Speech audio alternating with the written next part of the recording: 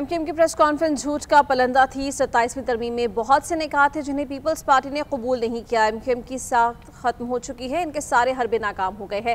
مثبت سیاست کریں، الزام تراشی اور نفرت کی سیاست بند کریں۔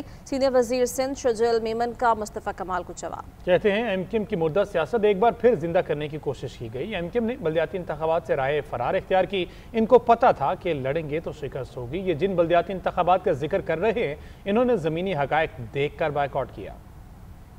27ویں امینڈمنٹ کی جو یہ شروعات بحث کی ہوئی وہ ایک چیئرمین پاکستان پیپلز پارٹی بلاول بھٹو زادہ صاحب کے ٹویٹ سے شروع ہوئی۔ تو اگر ایم کیو ایم کے نظر میں تھا تو اس وقت ایم کیو ایم نے کیوں نہیں ریز کیا کہ جی یہ ٹویٹ ادھورا ہے یا پوائنٹ ادھورا ہے، ہمارا بھی کوئی پوائنٹ موجود تھا۔ اگر ایم کیو ایم یہ سمجھتی تھی کہ جی ان کا اہم مطالبہ تھا جو کہ نہیں آیا، تو پھر ایم کیو ایم تو ووٹوں میں بھی ساتھ تھی۔ اب آپ پولیٹیکل پوائنٹ اسکورنگ کے لیے، اور جس طرح ہمیشہ آپ نے ہمیشہ جھوٹ کی پالیٹکس کی ہے، بہتان تراشی کی پالیٹکس کی ہے، اس پہ اگر آپ آج یہ بات کریں گے تو پھر میں سمجھتا ہوں بات مناسب نہیں ہے۔ آپ نے آج بھی پی ایف سی کی بات کی۔ پی ایف سی کے لیے ناصر شاہ صاحب جب منسٹر تھے تو 20 جولائی 2023 کو پی ایف سی عمل میں آ چکی ہے کہ ایم کیو ایم جن کی پالیٹکس ختم ہو چکی ہے وہ برائے مہربانی اپنی امپرومنٹ کریں، آپس کی لڑائیاں ختم کر کے آگے آئیں اور اپنی پالیٹکس کو آگے لے چلیں، پبلک کی پالیٹکس کریں۔ سچویشنل کورٹس جو ہیں وہ اس میں آئی ہیں، اس پہ ہم نے اگری کیا ہے۔ جن چیزوں پہ ہم نے پروونشل اٹانومی پہ 18ویں ترمیم کے اس پہ، یا ہمیں جو ہے صوبائی خود مختاری ہو یا این ایف سی ایوارڈ جس پہ ہمیں ریزرویشنز تھے، ہم نے اس کو نہیں اگری کیا۔